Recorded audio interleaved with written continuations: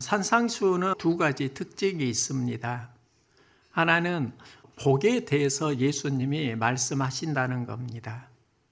또 하나는 산상수훈의 팔복이 천국으로 시작해서 천국으로 마무리된다는 겁니다. 심령이 가난한 자는 복이 있나니 천국이 그들의 것이며, 이렇게 시작해서 의를 위하여 박해를 받는 자는 복이 있나니 천국이 그들의 것임이라. 그러면 이런 질문을 할 수 있습니다. 예수님 말씀하신 복은 천국인데 그 천국은 무엇을 말하는가? 우리는 보통 천국을 죽어서 가는 나라로 생각합니다. 천국에는 이미와 아직이 있습니다.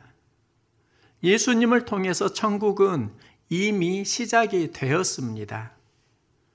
그 천국이 아직 완성된 건 아닙니다.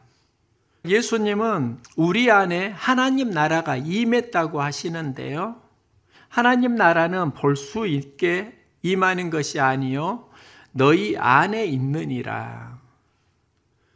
그리고 하나님 나라 비전은 성령과 연결됩니다.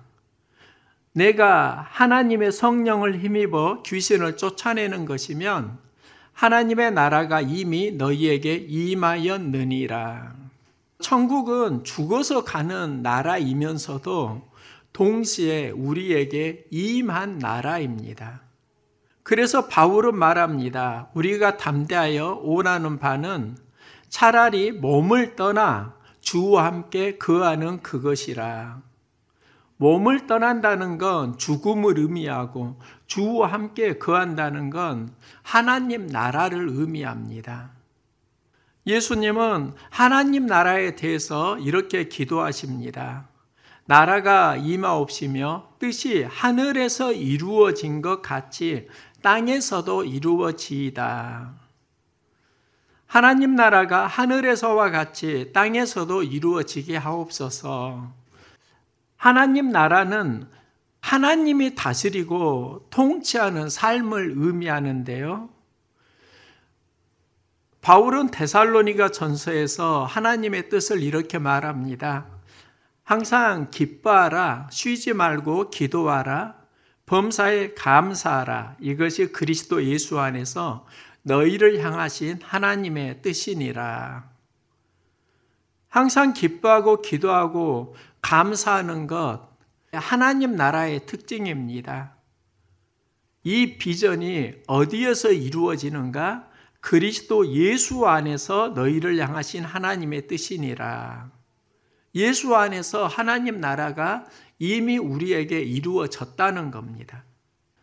바울은 감옥에서 항상 기뻐하라, 아무것도 염려하지 말고 너희 구할 것을 감사함으로 하나님께 아뢰라고 말씀합니다. 그러면 이 감옥이 어디인가? 바울이 복음을 전하면서 박해를 받고 핍박을 받아서 들어간 곳입니다. 여기에서 항상 기뻐하라, 염려하지 말고 기도와 간구로 너희 구할 것을 하나님께 아뢰라고 말씀합니다. 몸은 감옥이지만 바울의 마음은 하나님 나라를 경험하고 있습니다. 예수님은 산상수훈 팔복에서 의를 위하여 박해를 받는 자는 복이 있나니 천국이 그들의 것임이라 말씀하는데요. 바울이 하나님의 의를 위해서 살았습니다. 복음을 전했습니다. 그러다가 박해를 받아서 감옥에 갑니다. 바울의 경험을 보면 그는 박해를 받고 감옥이 그의 것이 되었는데 예수님은 천국이 그의 것이라고 하십니다. 그러면 바울은 박해를 받고 감옥에 갔는데 천국이 그의 것이라고 하면 여기서 말하는 천국은 무엇을 말하는 것일까요? 몸은 감옥이라는 환경에 있지만 그의 영혼은 예수 안에서 하나님 말씀의 다스림을 받는다는 겁니다. 그래서 그는 감옥에서 기뻐하라, 감사하라 말씀하는 것이지요. 천국을 우리는 장소로 이해합니다. 천국은 장소이면서도 하나님의 다스림이 있는 우리의 심령이기도 합니다. 그래서 예수님은 박해를 받을 때 천국을 말하면서 그 뒤를 보면 기뻐하고 즐거워하라. 믿음의 선진들이 다 박해를 받았고 그들에게 하나님은 상을 주셨다고 말씀합니다. 그러면 기쁨과 즐거움은 세상이 주는 것이 아니라 박해를 받을 때 하나님이 주신 선물입니다. 천국은 죽음 이후에 경험하는 장소의 개념도 있지만 생전에 경험하는 하나님의 다스림을 말합니다. 믿는 자는 의를 행하고 이 과정에 박해를 경험한다고 예수님 말씀하시는데요. 박해는 하나님의 뜻을 따르면서 우리가 경험해야 하는 어떤 대가라고도 할 수 있습니다. 예수님은 이때 기뻐하고 즐거워하라고 하시면서 천국이 그의 것이라고 하십니다. 천국은 환경이 아니라 기뻐하고 즐거워하는 마음에서 체험이 됩니다. 예수님은 포도나무와 가지에 비유해서 내 기쁨이 너희 안에 있어 너희 기쁨을 충만하게 하려 함이라 말씀하시는데요. 예수님은 포도나무이고 우리는 가지입니다. 농부는 하나님입니다. 여기서 가지인 우리는 포도나무인 예수님께 붙어 있을 때 열매를 맺고 이것은 농부, 즉 하나님의 기쁨이 됩니다. 포도나무가 열매를 맺을 때 하나님의 기쁨이 되는데 이때 반복되는 말씀이 내 말이 너희 안에 거하고 너희가 내 안에 거하면입니다. 나를 떠나면 열매를 맺지 못하고 그때 농부는 열매를 맺지 못하는 나무는 불에 던져 사른다고 하십니다. 이건 심판의 의미가 있습니다. 그러면 예수를 떠나면 우리는 열매를 맺지 못하고 죄로 심판을 받게 되지만 예수 안에 있으면 하나님이 기뻐하는 열매를 맺습니다. 기쁨은 예수님이 우리에게 주시는 선물입니다. 박해를 받는데 예수님이 기뻐하고 즐거워하라. 이 말씀이 어떻게 보면 우리가 이 시대에 살아야 하는 하나님 나라 천국의 영성이라고 할 수 있습니다. 우리 마음에 무엇이 들어오느냐에 따라서 삶의 가치는 달라지는데요. 예수를 믿으면 우리는 하나님의 의를 위해서 살게 되고 그 과정에 박해를 경험하기도 하지만 마음은 하나님의 다스림을 받습니다. 이게 천국이고 이때 나타나는 감정이 기뻐하고 즐거워하는 마음입니다. 맹자는 이런 말을 합니다. 하늘이 어떤 사람에게 큰 임무를 내리려 할 때는 반드시 먼저 그 마음을 괴롭게 하고 뼈의 근육을 아프게 하며 몸을 굶주리게 하고 가난하게 하며 행동을 어지럽히고 인내력을 길러서 이전에 할 수 없던 일도 해낼 수 있도록 한다. 내가 인생에서 위기를 만나거든 혹시 내가 하늘의 선택을 받은 건 아닌지 돌아보아라. 하나님은 우리에게 선물을 주실 때 그 선물을 담을 수 있는 그릇으로 준비를 시키는데 그 준비되는 과정에서 경험하는 게 통증이고 고난이라는 겁니다. 바울의 삶은 이걸 정확히 보여줍니다. 그는 감옥에 있는데 항상 기뻐하고 즐거워하고 감사하면서 하나님 나라를 체험합니다. 감옥에서 성령의 인도를 받고 하나님 말씀을 따라가니까 그의 마음은 천국이 됩니다. 몸의 환경을 바꿀 수 없다고 하면 마음의 비전이 새로워지기를 소망합니다. 수로보니게 여인의 이야기도 천국이 무엇인가를 알려주는 사인들이 있습니다. 그녀는 이방인으로 박해를 받았습니다. 당시 유대 문화에서 이방인은 인격이 아니라 개 취급을 받았습니다. 개는 그녀에게 상처이고 트라우마입니다. 그녀는 이방인으로 살면서 귀신 들린 딸을 키웁니다.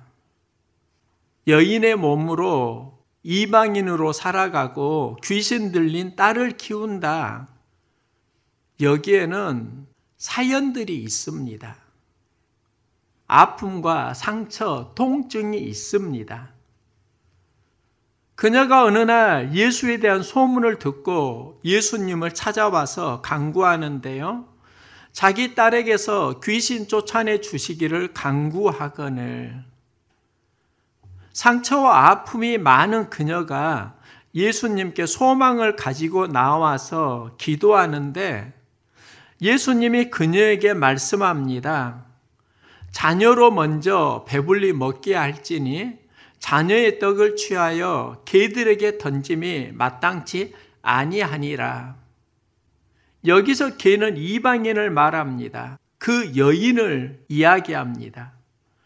이때 그녀가 주여 올소이다마는 상 아래 개들도 아이들이 먹던 부스러기를 먹나이다. 예수님, 저를 개 취급하셔도 좋습니다. 그런데 개들도 주인의 상에서 떨어지는 부스러기 먹잖아요. 그 부스러기를 저에게 주세요. 예수님께 이렇게 말씀할 때 예수님은 그 여인에게 이 말을 하였으니 돌아가라. 귀신이 내 딸에게서 나갔느니라. 이 말을 하였으니, 이 말이 의미하는 게 있습니다.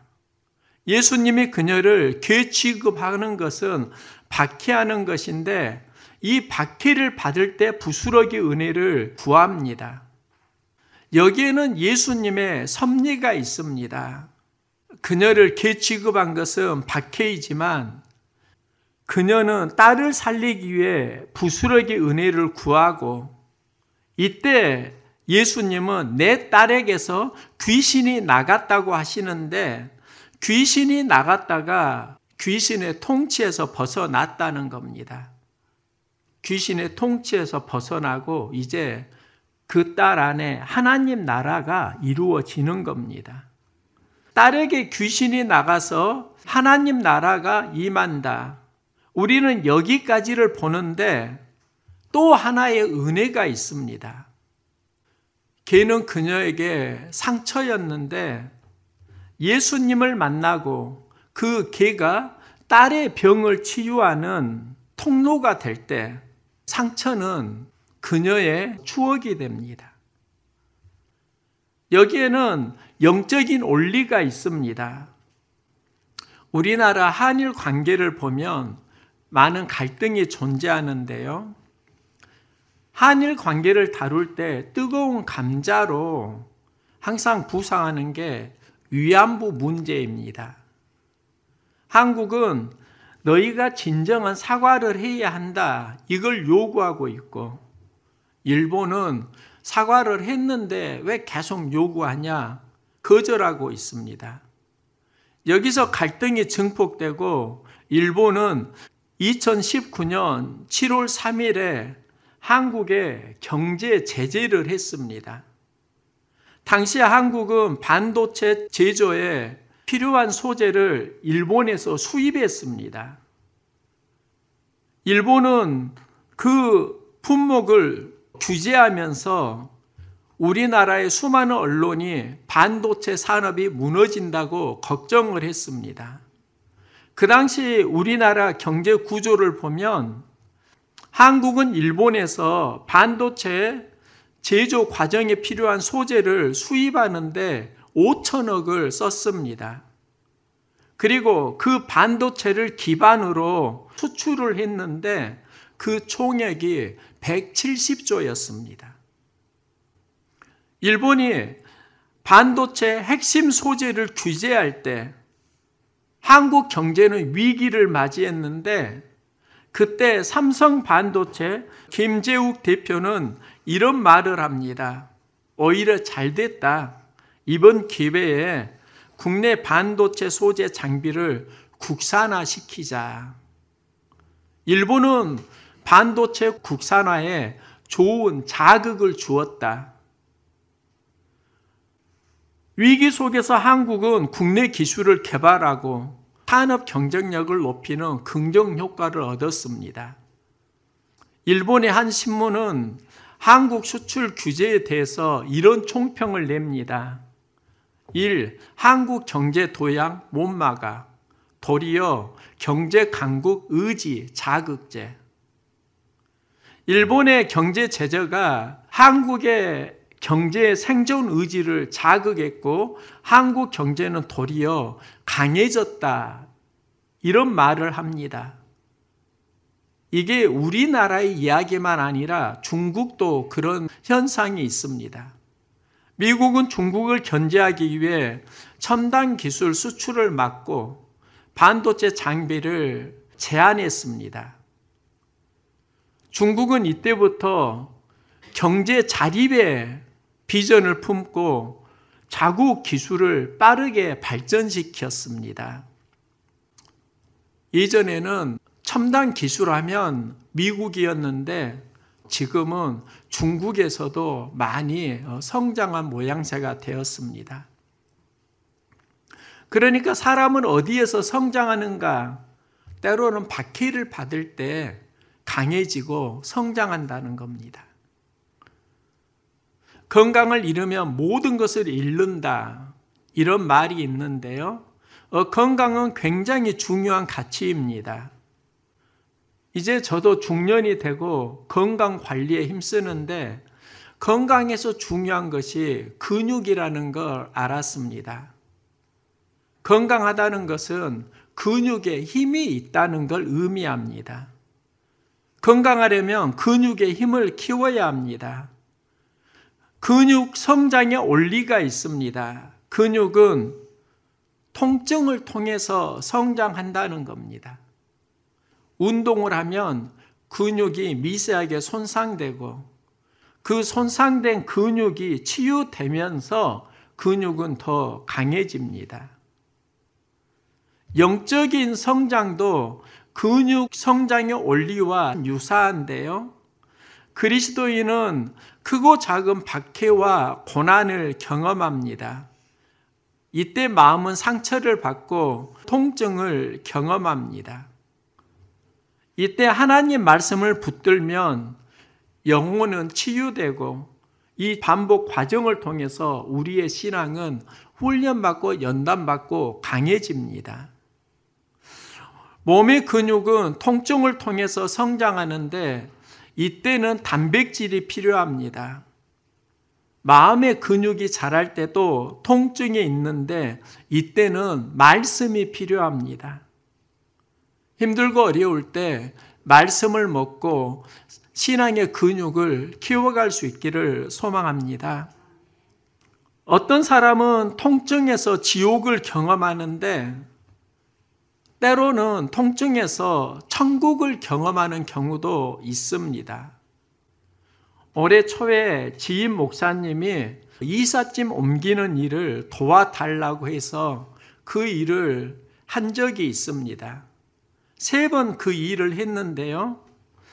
그 일을 할 때마다 그 가정의 빛깔과 분위기, 색깔이 있다는 걸 알았습니다. 다양한 삶의 모습을 보고 체득하고 느낀 게 제법 있었습니다.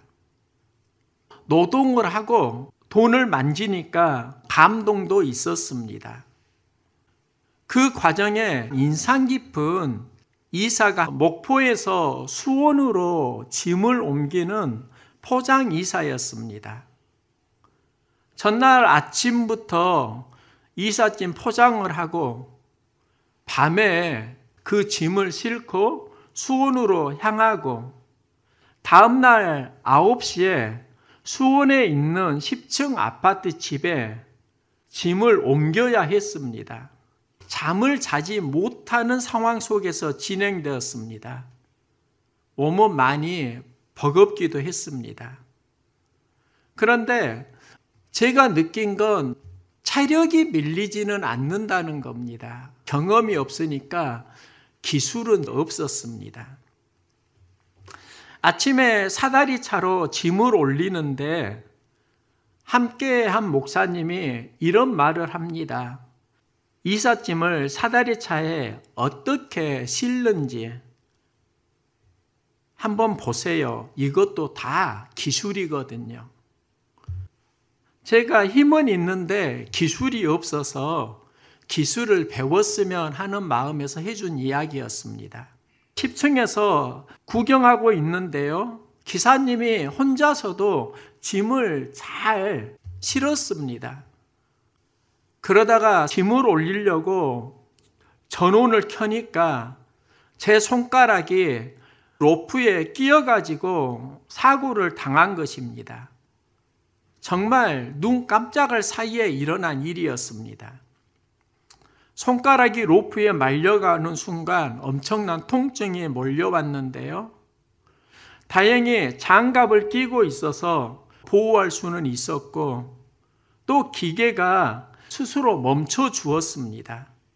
만일 그때 기계가 멈추지 않았다고 하면 제 손가락 2개는 절단되었을 겁니다. 여기 껌하게 멍든 손은 그때 그 로프에 끼어가지고 멍든 자국인데요. 그게 수백 킬로를 이동시키는 힘이 있기 때문에 기계가 멈추지 않고 작동을 했다고 하면 새끼와 약지 손가락을 절단해야 했을 것입니다. 그때 제가 경험한 것이 있습니다. 그 순간 통증은 있는데 왜 그렇게 마음이 기쁘고 감사했는지 모릅니다. 손가락이 크게 다칠 뻔했고 아려오고 매우 아픈데 왜 마음은 기쁘고 감사하지? 만일 기계가 위험 감지 센서가 없었다고 하면 손가락 2개는 잘려 나갔을 겁니다. 센서가 있어서 기계가 멈추었고 손가락이 붙어 있어서 감사했습니다. 그때 통증은 있었지만 저에게 중요한 가치는 손가락이었습니다. 더 중요한 가치를 붙들게 될 때 통증은 아무것도 아닐 때가 있습니다. 그래서 예수님은 말씀합니다. 의를 위하여 박해를 받는 자는 복이 있나니 천국이 그들의 것임이라. 박해는 그리스도인이 경험하는 통증일 수 있습니다. 그런데 그리스도인에게 있어서 중요한 가치는 하나님 나라입니다. 우리가 경험하는 삶의 통증이 하나님 주시는 의미와 가치를 만나게 될 때 그때 우리 안에 기쁨과 감사가 찾아온다는 겁니다.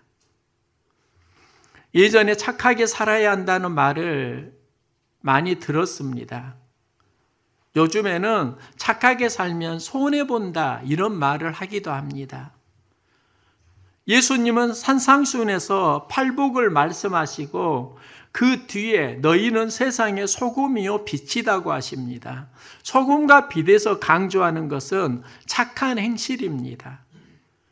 그래서 이같이 너희 빛을 사람 앞에 비치게 하여 그들로 너희 착한 행실을 보고 하늘에 계신 너희 아버지께 영광을 돌리게 하라 말씀하십니다. 우리 인생을 보면 악을 행하다 책망받는 경우가 있습니다. 의를 행하다 박해받는 경우도 있습니다. 책망도 박해도 모두 감당하기 어려운 일입니다. 예수님은 의를 행하고 어려움을 겪는 인생이 복이 있다고 하시는데요. 천국이 그들의 것이라고 하시는데요. 천국은 믿음으로 가는 나라입니다. 그러면 의를 위하여 박해를 경험할 때 천국을 만난다는 것은 믿음은 박해와 통증을 포함한다는 의미일 수도 있습니다.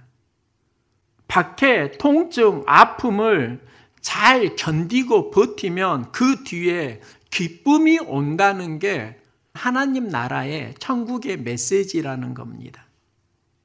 넷플릭스 드라마 정신병동에도 아침이 와요. 여기에 박보영 배우가 간호사 정다은 역을 맡아 연기를 하는데요. 2024년 7월 19일 청룡 어워즈에서 여우 주연상을 수상합니다. 이때 그녀가 수상 소감을 말하는데 제가 이 수상 소감을 동영상으로 보고 마음에 느끼는 게 많았습니다. 혹시 너무 어둡고 긴 밤을 보내고 계신 분이 계시다면 지치지 말고 끝까지 잘 버티셔서 아침을 맞이하셨으면 좋겠습니다. 이런 수상 소감을 말하더라고요. 우리 주위를 보면 착하게 사는데 어려움을 만나는 분들이 많이 있습니다. 착한 일은 아닌 것 같은데 일이 잘 되고 잘 사는 분들도 있습니다.